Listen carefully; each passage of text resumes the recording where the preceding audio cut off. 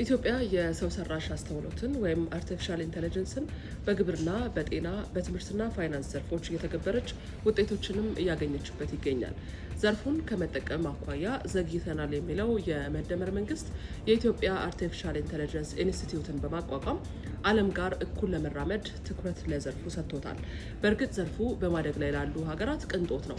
ቴክኖሎጂው ስጋቶች አሉት የሚሉ ድምጾች ቢኖሩትም ኢትዮጵያ ግን የህልውናዬ መሰረት ነው ብላ ቴክኖሎጂዎችን ማበልጸግ መቀጠሏ ምን ያህል የእድገቷ የጀርባ አጥንት ሊሆን እንደሚችል ታሳቢ በማድረግ ጭምርም ነው። በቀደሙት ዘመናት የቴክኖሎጂ ግኝቶችን ለመላመድ ዓመታት ይፈጅ በነበረበት ኢትዮጵያ ዛሬ በሰው ሰራሽ አስተውሎት የነገውን ዓለም ዛሬ መቀላቀል የሚያስችል የእሳቤ ለውጥ ላይ ትገኛለች። የሀገር በቀል እሴትን ከዓለም አቀፍ ሳይንስ ጋር በማዛመድ የምግብ ዋስትናን፣ ቀልጣፋ የንግድ ስርዓትንና የሰለጠነ የሰው ኃይልን ለመፍጠር እየተደረገ ያለው ርብርብ የኢትዮጵያን የዲጂታል ዓለም ንቁ ተሳታፊነት ያረጋግጣል። ይህን ጉዳይ ዛሬ በአዲስ ቀን በዋና አጀንዳነት ተመልክተነዋል። በሁሉም የዶት ስትሪም አማራጮች መከታተል ትችላላችሁ።